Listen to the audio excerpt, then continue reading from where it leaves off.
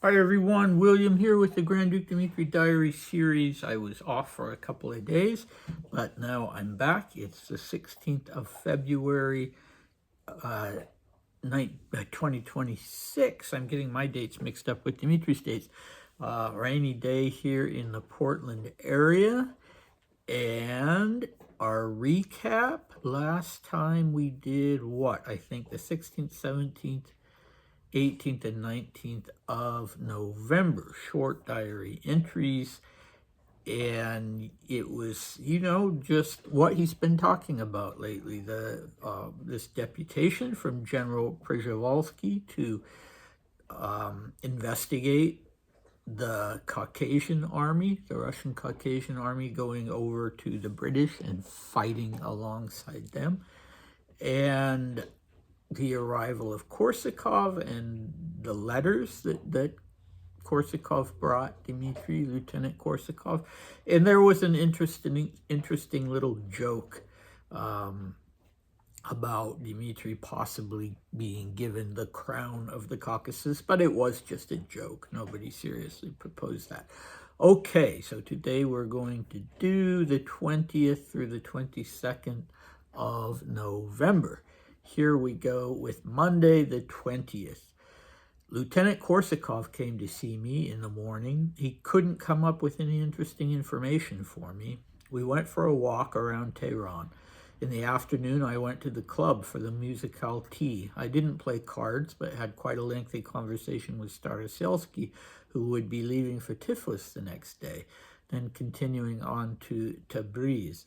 While I was there, I saw Filipov and Lundberg back from the hunt in Siaku. They had killed an onager, which they gave me. I even tried to eat it, and the meat turned out to be very good. There was no punitive expedition, though they did have some skirmishes with robber gangs. Naturally, I am now sorry that I didn't go. I dined at home that evening. I wrote one more letter to Marianne, formerly Derfelden, but now Countess Zarnikow, because she married Nikolashka. It's just amazing how the revolution has affected people. They're all getting married, beginning with Maria and now Marianne, for the third time, and probably not successfully. Tuesday, 21st November, Korsakov came to see me again. He's really managed to annoy me over the past few days. I went with him to observe a Persian funeral, and then we went to the Grand Hotel to visit Sister Yosiliani, who was in Tehran for only one day. She was the same as always. I lunched at the Yevrenovs with Gildebrandt and Nagatkin. Both of them rushed here from Kazvin to breathe fresh air in Tehran after the atmosphere in Kazvin, which neighbors Bolshevik territory. In the afternoon, I went riding on my own and then just stayed at home. The Caucasian deputation came here for dinner. It was terribly awkward because the deputies spoke almost no French, and the hosts, of course, couldn't speak Russian, and it all came out as nonsense. I had to move from one person to the next and interpret. Word had arrived that very day from England that she accepted the Caucasian proposal and agreed to fund it, but the outcome of the project remains unknowable and dark. Wednesday, 22nd November, Pavel Mikhailovich Snitkin dropped by to see me in the morning.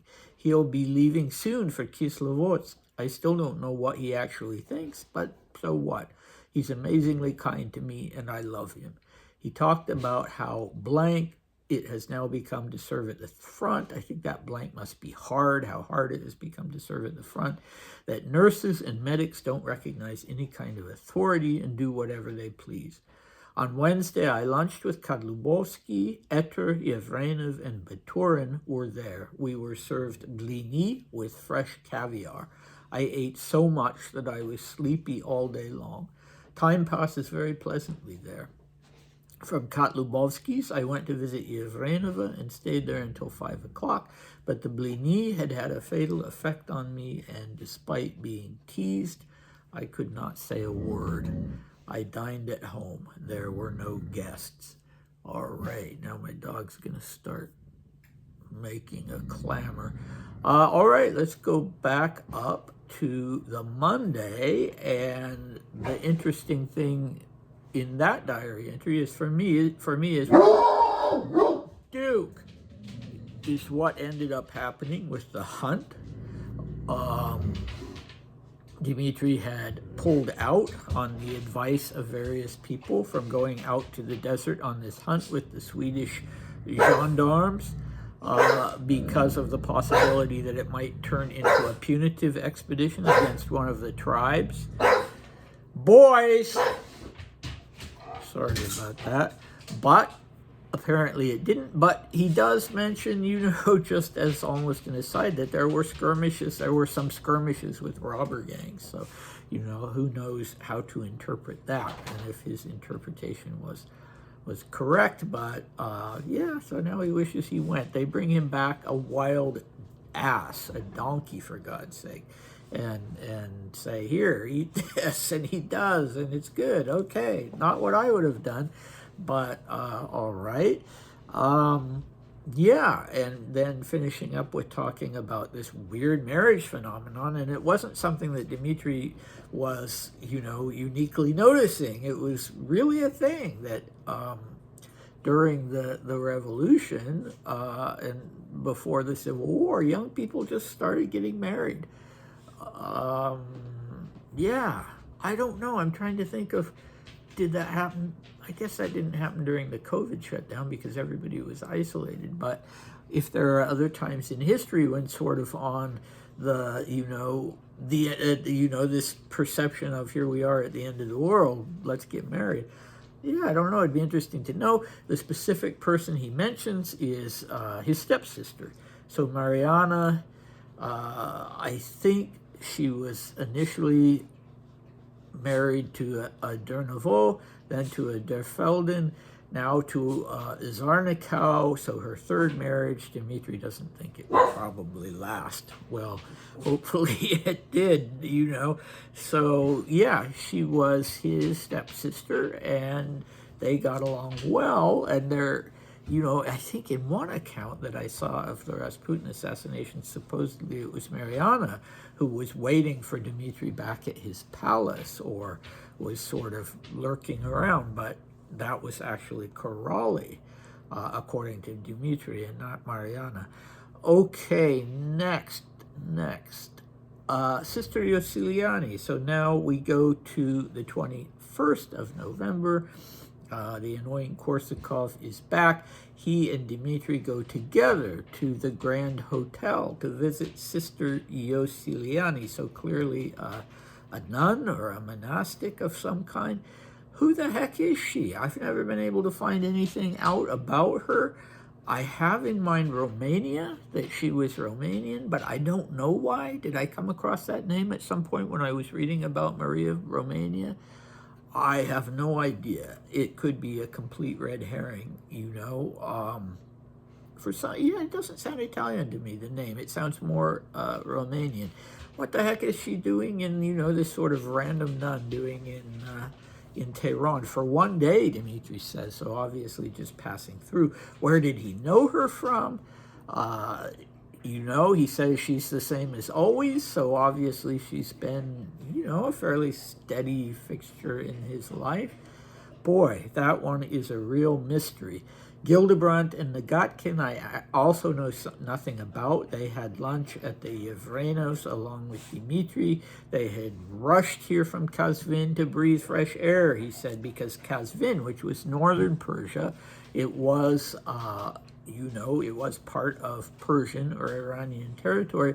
It was, he says, neighboring Bolshevik territory at that time. So I don't know. I didn't try to work out the geography. Anyway, my assumption is that unlike Sister Yosiliani, they're not at all mysterious because they must have been officers that he got to know when he himself was in Kazvin with Baratov's corps.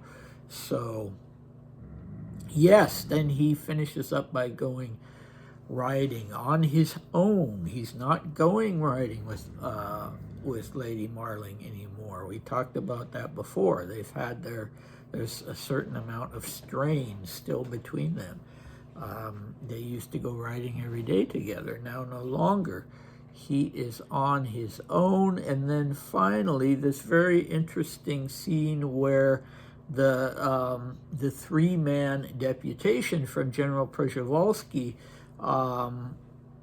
is invited for dinner to the British legation, and they are, in fact, they have been, as you can see, negotiating with, or at a pretty basic level, I'm sure, not anything sophisticated, with the British minister, Sir Charles, along with the Russian minister Etter, to work out some kind of deal with Britain, so that Britain would fund the Caucasian army, of which General Przhevalsky was the head. And Dmitri, in earlier diary entries, said it only took 5 days from the time the first wire was sent to, probably a ciphered diplomatic message was sent to Britain, until Britain agreed to it. But yeah, that was a bit overstating things, I think, as far as what Britain, it was a tentative agreement at that point. It was something that hadn't been completely hammered out, obviously. I don't know that much about it, so I shouldn't linger on it. But anyway, the interesting thing is, they hadn't brought in any interpreters. These were rough and ready kind of guys, I think, from the Caucasus. Well, I shouldn't say that, because this was the three-person deputation, but they didn't speak French, which, of course, at that time in diplomacy was the lingua franca, literally. And so Dmitri was put in this awkward position, terribly awkward, he says, because he has to be the only guy there who can speak both languages and go between them and interpret. Okay, but it worked out. Yeah. Now let's see. He himself uses the word unknowable and dark, as far as, even though there's this tentative agreement with England, how are things going to work out? The outcome of the project remains unknowable and dark. Very typical language for Dmitri. Okay, this is the day for mysterious figures, and we have one more, Pavel Mikhailovich Snitkin. Even though we have his entire name, I haven't been able to find anything out about him, except for what appears, if you put his name in for a Google search in Cyrillic, you get a Russian genealogical site, which has just two pieces of information. One, that he was born in 1882, so he was 9 years older than Dmitri, and the other that he died in 1918, so he did not survive this period of turmoil in Russian history. He was a young man in his 30s when he died. So what was he? Somebody, I don't know.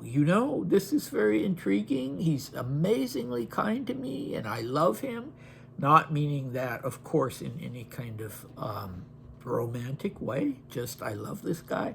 I still don't know what he actually thinks, but so what?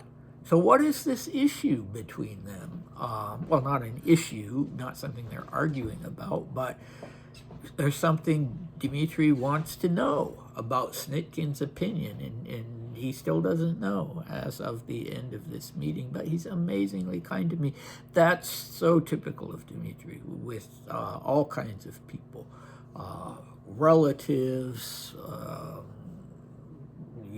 friends, new people in his life. This phrase, he was amazingly nice or amazingly kind to me. It always seems to surprise him a little bit when people are really receptive and nice to him. I've always wondered about that. We can assume possibly that Snitkin is a military man and a doctor.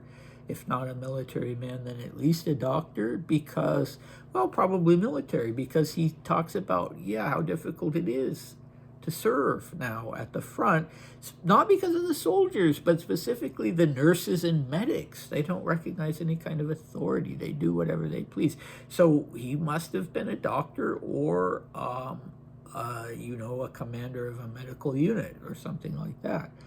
Very interesting. Okay, and finally we finish up we finish off with blini. This always makes me laugh because Dmitri was not a very food motivated person, but when it came to blini, he rarely talks about the food he eats. Pretty much the only time is when he is served blini, and then he just gorges himself every time. He just absolutely loved them. If you ever decide to have any kind of Dmitri birthday party in September or anything like that, then you'll want to serve blini because that was his absolute favorite. All right, what do we have next time? A really interesting juxtaposition of things. A big children's party at the British legation that Dmitri kind of is on the fringes of, but interested in. Watching the children, watching the entertainment that has been set up for the children, but at the same time in a very depressed mental state because of news from Russia. So we will be doing the 23rd. Yeah, the 23rd, and it's a long diary entry because he has a lot to talk about. Okay, I hope to see you then. Bye.